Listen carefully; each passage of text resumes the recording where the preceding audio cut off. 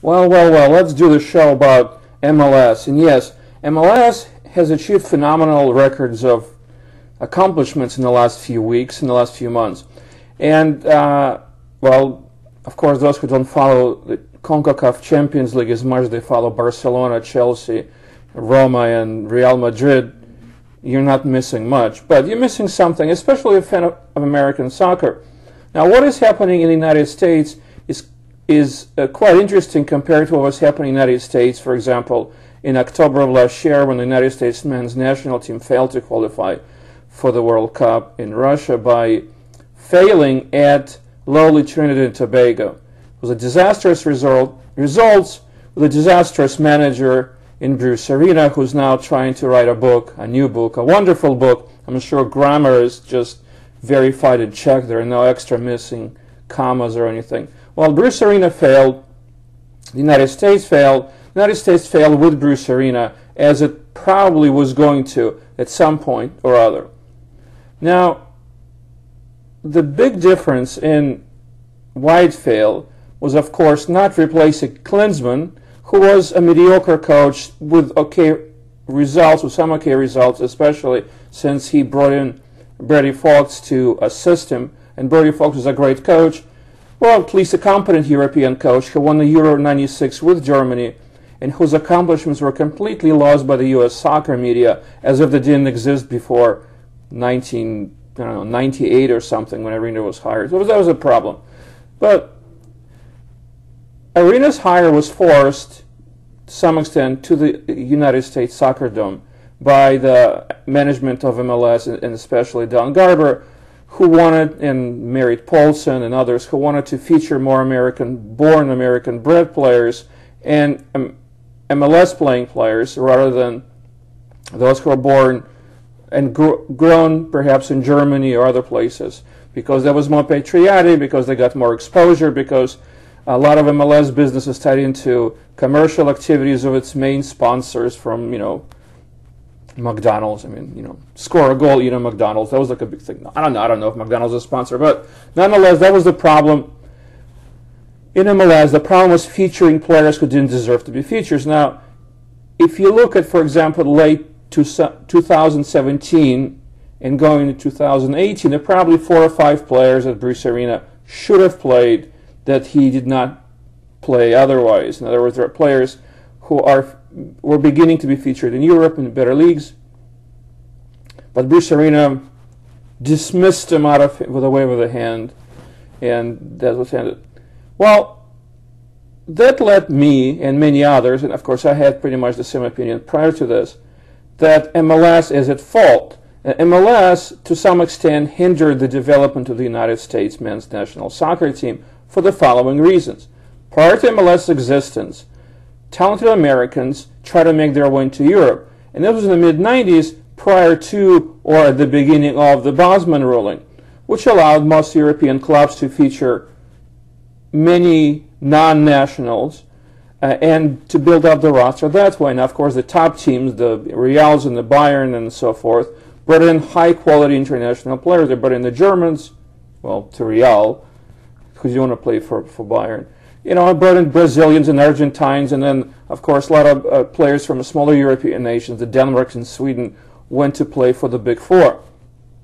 But it also gave a leeway, gave an entry to American players who did not go and play in the top European clubs, obviously, but they wanted to play for some, decent quality clubs. Even some were at the second tier, in other words, Bundesliga 2 or, Championship, and then they proceeded to move upwards as their career progressed, as their quality as professional players progress forward. So that was quite positive experience for the national team, because instead of playing in what really were minor leagues, you get this guy like Brett Friedel and Casey Keller, and then you have John O'Brien and Claudio Reyna, who began to slowly move from U.S. college scenes to the second, third tier European Bowl, and then the first tier European Bowl.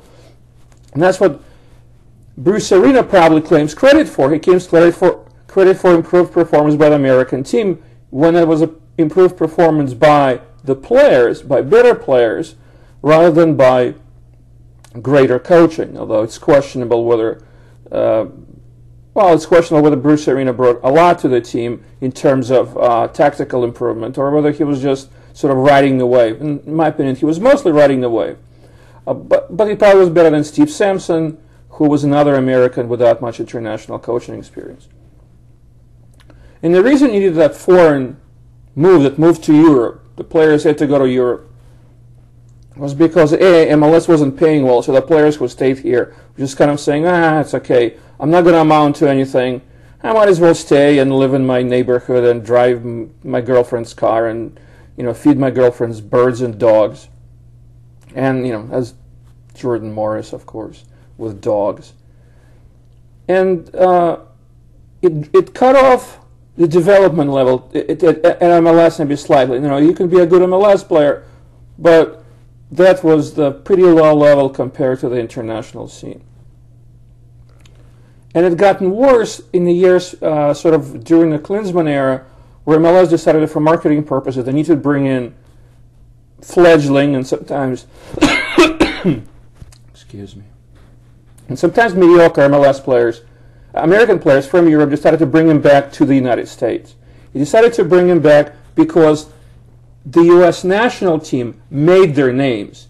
So the players got famous by playing for the national team. And now MLS was going to take him in, cuddle him in their bosoms, and promote him as the saviors of global soccer. And as long as the U.S. performances were fairly credible, certainly after Bruce Arena's debacle of 2006, they qualified for the next round out of the group stage in both 2010 under Bob Bradley and 2014 under Jurgen Klinsmann, although they were kind of scraped by. I mean, they were fairly lucky in both instances, but that's the way the ball rolls. There are, 3 matches, you qualified, you're a genius. Well, in case of Bob Bradley or Jurgen Klinsmann. In any case, but re-emphasizing the so-called greatness of MLS, which was losing to Mexicans at every stage, I mean the Mexican clubs, the MLS management, they had such a high percentage of voting power within the United States Soccer Federation, and certainly was tied into it in terms of financial relations. MLS management was able to influence U.S.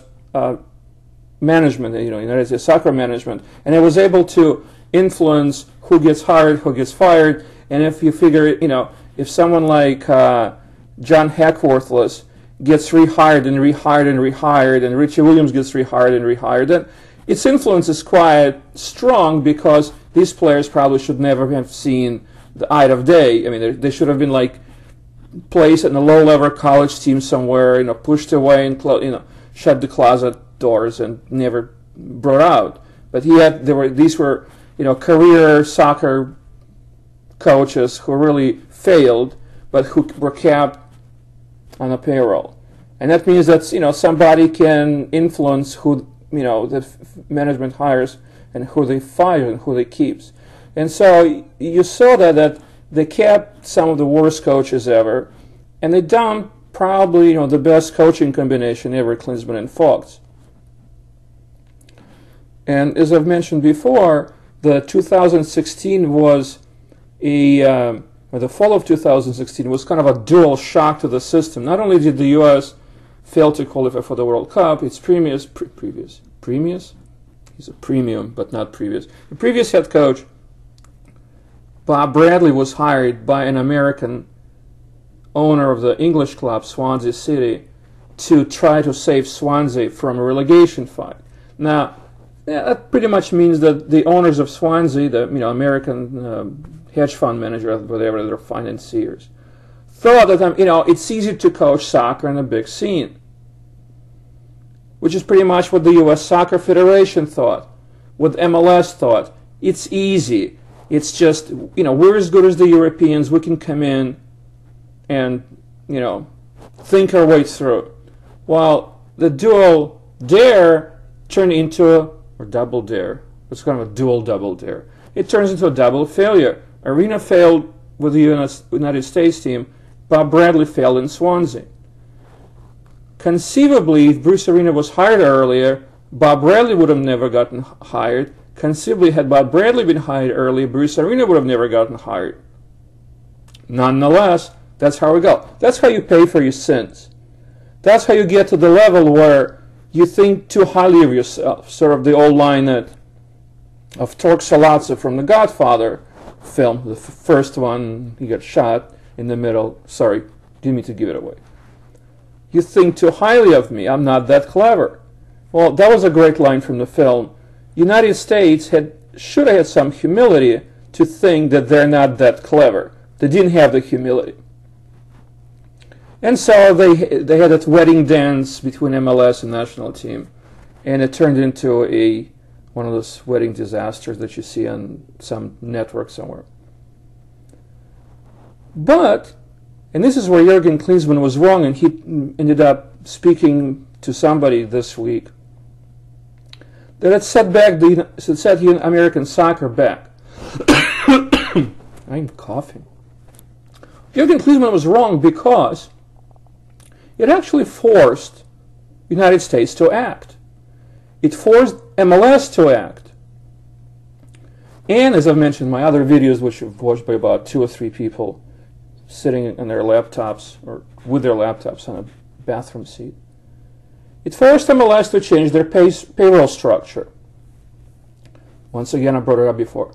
What MLS did is to allow what they call the expansion of so-called TAM, Targeted Allocation Money Fund. In other words, they were allowed to bring in middle tier, I guess $800,000 the limit player into the roster while paying out of owner's own pocket without going through MLS headquarters. In other words, now I guess they're all American owners, with exception of Man City owners running New York FC. It allows clubs to pay more for better players. It expanded the payrolls, it upped the payrolls without having to go through MLS superstructure, without having to kind of play with the cap, because they could write off apparently an $800,000 salary as a $150,000 cap hit, which was quite manageable to pretty much everybody. But the question is, how many players do you bring in? Do you bring, $3.2 million worth of players for $600,000 cap hit? Do you bring in, $1,600, whatever? I mean, do you bring $1.6 million for $300,000? How you juggle the rosters? Well, the juggling became much easier. And so immediately, beginning with, the off season, whatever, January, whenever these laws were passed, you saw movement of foreign-born, foreign-raised, and educated players, mostly in South America, because they had a long season, I guess, a longer off-season, into MLS. I brought in Zlatan Ibrahimovic before March, but it brought a lot of medium class, but yet better than previous MLS players. And so, of course, it allowed the owners spend more, invest more, and it showed. Now, the first thing you could see is MLS clubs' performance compared to the Mexican leagues. Before that, MLS clubs could not beat a Mexican league club. It happened once, I think, recently when Montreal Canadiens, or whatever they're Montreal called, what was it, Toronto? I think it was Montreal, right? They beat Pachuca, and then they lost in the finals to Club America. And it was closed, when Club America eventually popped in a bunch of goals in Montreal. But that was a move. Well, now MLS essentially has outplayed its Mexican competition. Now, I don't have very high opinion of Mexican league because I've seen them play Europeans at the World Club Championship, or whatever it's called. I think it's called World Club Championship. And I saw, I think it was called Monterrey against Chelsea. Monterrey was under Vucetic, I believe. And Chelsea, play with them like they were like a League 2 club. I mean, they can, created something like a dozen chances in the first half, scored 2 goals, and then just kind of said, so screw that. They're not coming back, and Monterrey scored a goal. So the Mexican clubs just are not, coached to perform like Europeans. You can see there's no coherent team movement. There's no coherent team movement. There's no ability to take the space. What you can see with even lower end table in Europe. I mean, right now, like I see a Southampton match, and then they moved under Mark Hughes, previously fired from Stoke. And they, and they do all that stuff, the basic stuff, very well. Whereas the Europeans, whereas the Mexicans don't. I think my TV just went off. No, my camera. It did not. I'm still on. So while I don't think much of the Mexican League, MLS was constantly losing to them. So in other words, there was still a gap between a fairly mediocre, and it's probably kind of a championship, lower championship quality, compared to English championship type of competition. Well, that gap has been bridged, at least at some levels. And it's other that may have even exceeded. In other words, now MLS clubs, when competing against Mexican clubs, have a better head-to-head record, at least in this cycle. Well, some of the reasons for it are precisely the players. The coaches, for the most part, stay the same. And in fact, some of the new coaches that have been brought into MLS, like Remy Gard, have not done so well within MLS, and we don't know how they might do, in the local competition, international competitions. But nonetheless, MLS clubs, and this involves Toronto FC and New York Red Bull, and even the other clubs that were competing. Who was it? Colorado or somebody competed. But it's a good start. So even if top 6 MLS clubs or top 8 MLS clubs may not do well against top 8 Liga MX clubs, the top clubs, the top teams, the Toronto, for example, which has like a $20 million payroll, which is probably significantly higher than Club America's payroll, which seems to be somewhere in the low 10s, 12 to 14, something like that. So, but MLS won. Now, what does it say, with this huge swing to where it was constantly losing and now winning? Now it's managed to hold an edge. Well, it means what I've been saying. The league is becoming better. The big movement is probably, we don't know, but probably is going to take place this summer in terms of the players' inflow. Because some clubs have done well so far, are happy to be where they are, they're going to do well. Some clubs that are lagging behind are probably going to try to make a few moves. And so what happens is there was a poster on a very well-known soccer forum who once brought up the fact of, and I brought up in my videos before, of critical mass. Now, it's not like a nuclear thing, but it's sort of a nuclear thing. And it sort of goes like this. If you have, 10 men playing club, on the pitch, 10 against 10, goalkeepers not counting. Then if you have, for example, 3 foreign players and 7 American players, the team is going to play like an American team. In other words, if 7 players who represent majority of the roster don't know what they're doing, then the 3 foreign players of whatever quality have to come down and play like idiots themselves, because they cannot force the other 7 to move up. If the ratio is shifted to 7 foreign and 3 domestic, then now foreign players can perform as the same way they always have. In other words, you don't just play, pass back when somebody from you. You try to win the space, you try to hold the ball, you try to move. And now American players have to fit in order to earn jobs. Because if you can't, then you can pretty much get a foreign player and and put the foreign player into the position to succeed. Of course, coaches want to succeed. Owners want to succeed. If MLS is not designed to build up an American player, it's turned on to exploit the American player, to exploit the fame or sort of the commercial tie-ins of the name that everybody recognizes, then bringing in a quality player pretty much says, let's just build a better team. The coaches want to win. I mean, you don't get a coaching tenure or continuous rehire in case of Ziggy Schmidt if you pretty much keep sucking at your job, unless you're Ziggy Schmidt. So we have this movement of players to America because simply clubs can spend more money, can invest more money. And now the only way for American players to keep any job, including a starting job, is to improve. So, in the last 20 years, what people like me have been saying, American players, and this comes back to the arena and so on and so forth, because he said it too. Even Ricardo Lavolpe, who was coaching the Mexican team, said it. In order for the players to improve, they have to go and play in better leagues. And historically, it meant moving from the United States to a European side league, hopefully top 4. Worst case scenario, moving to Mexico. Well, it's all changed. MLS has now become that foreign league. Because if you look at the rosters of most teams, they have, they're like between 9 and, it's like 7 and 9 players are foreign born. Some are South American, some are European.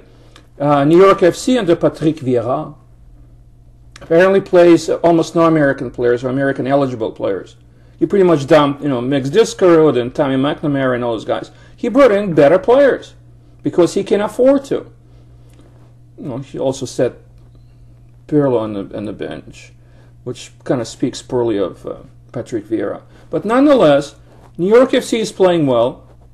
Other clubs are doing the same thing. Kansas City's brought in, they didn't bring in great foreign players like Superstar, but they brought in Johnny Russell and forward here, midfielder there.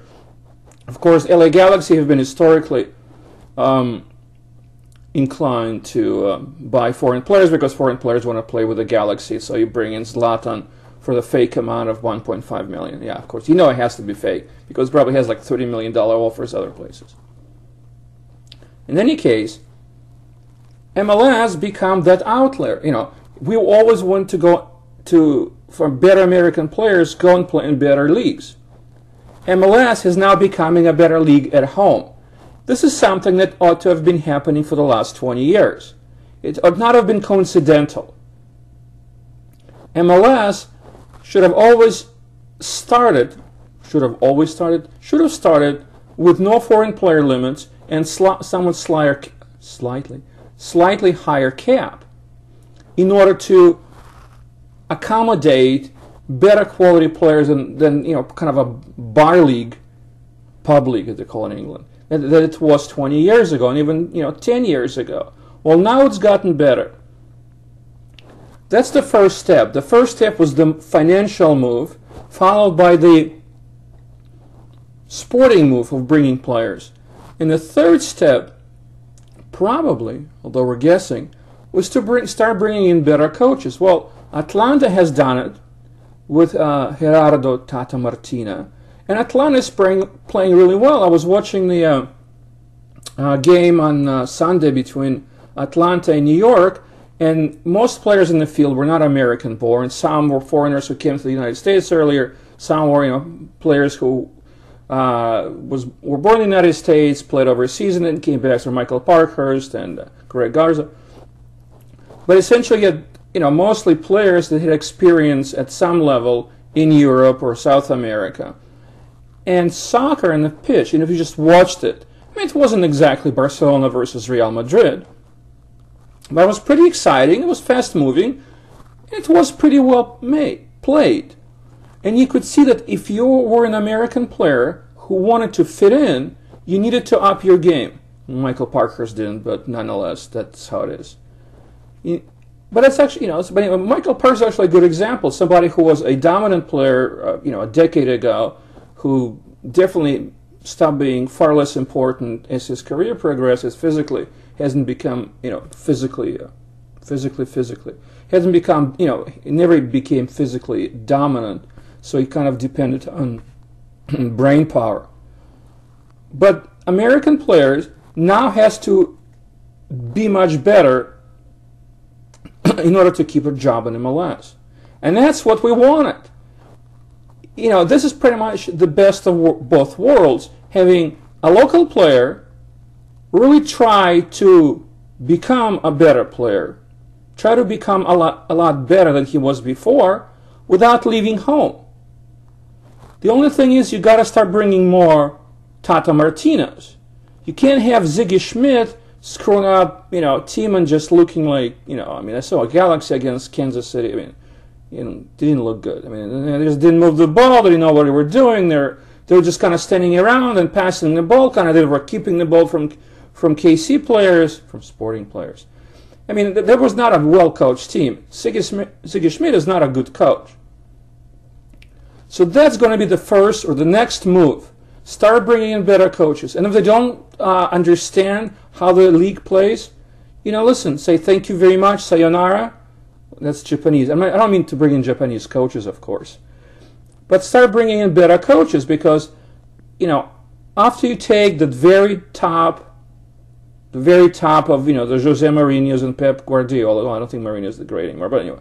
But you take the very top players, the very top coaches, making huge money, MLS club can't afford a decent European coach, experienced coach, maybe a level or two below. Somebody who has some experience in top 4 leagues, but somebody who wants to, maybe at the end of his career, maybe, somebody who's, has a couple of bad performances, give him a try.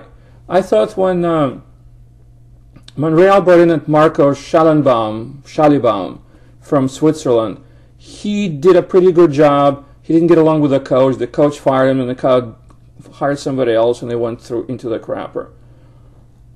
But that's the way it goes. I mean, look at European coaches. Unless you get even Mourinho's and Conte's, have to go through this. I mean, Conte is pretty much being drummed out of Chelsea. Ancelotti got fired by Bayern. Zidane, unless he wins the Champions League, is probably going to be forced out at Madrid. And Barcelona went through a string of coaches. That's the way it goes. But when a coach does work, you try to stick with him. And hopefully that's what will happen with MLS. And this is really why Jurgen Klinsmann is wrong. The setback motivated MLS owners to do something, and they did something positive. And that's a great first step. And there are going to be a few more steps along the way, and well, we just wish that the trajectory is upward.